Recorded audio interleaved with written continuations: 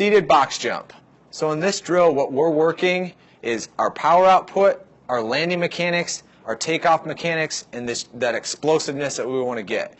So on this drill, the first thing I'm going to point out is a lot of people try and get what I would call is kind of crazy or super excited with this drill and see how high they can jump. That's taking out the value of what we're trying to get. We want to get the takeoff mechanics and the power output, but we also want to work on the landing mechanics. So when we land on a box, we want to land the same way we take off. You see so many people land on a box way up here with their knee, and oh yeah, I just jumped and I landed on 60 inches or whatever it is. But one, it's not really safe, and two, you're just showing how mobile you are and you get your knee way up there, but that's not how high you can jump. So keep this drill simple and be smart with it and get as much as you can out of it and really focus on all those aspects, especially the landing mechanics. So my vertical is 36, 37 inches standing. Gather I can get even higher, and I can probably land on 60 inches. But right now I just have myself here with a 24-inch box and an 8-inch box. So I got 32 inches. And yes, I could jump higher, and some of you would say, Paul, challenge yourself more. I really want to focus on those landing mechanics. That's why I'm hitting. So those mechanics are, right, again, we're keeping our weight of our body over the top. So our shoulders over hips, hips over toes. We're going to stay on the balls of our feet. We're going to keep everything in line. Our toes, knees, hips, and we're going to sink down and catch. So we're going to take off about from the same position and sink and catch. And our arms can be in front or behind. If you were going to jump again, you'd want them to go from front, work on that balance, to behind so you can be ready for that next jump. So on this, really, we're sitting, and so what we're doing here is we're starting in kind of an isometric position, right, or a static position, and it's focusing on then translating that power to the ground. So our goal is to spend the least amount of time on the ground, but put the most force and power output that we can.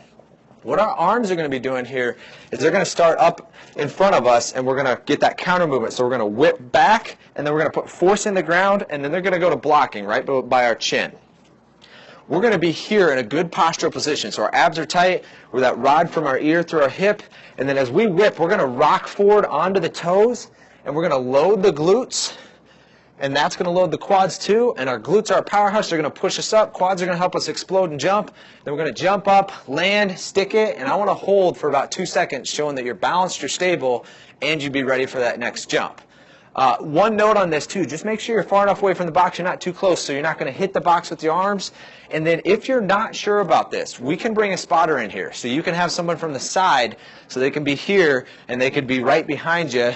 Or if it was this side, they'd be here, and as you swing and go up, they'd grab your hips, make sure you're good, right? I always want to be safe. Your number one job is to be safe, not injure yourself or your athletes. And so if you're not sure, go a lower height first and then start to challenge yourself.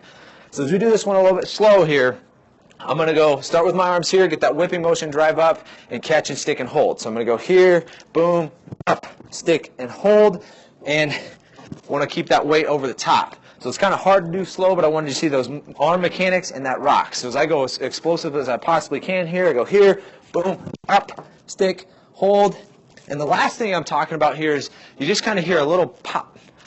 We want to focus on catching and anticipating. So our brain's sending that neurological pathway, hitting those muscles, telling them to recruit, fire, and make sure we're landing not only stable, but we're catching and landing softly, because that's going to help us be able to take off and put that power out into the ground again. So it's not a solid thud landing, it's a nice soft landing. So on this drill, you can have a lot of fun with it, but keep it simple, be smart, and focus on all of the aspects.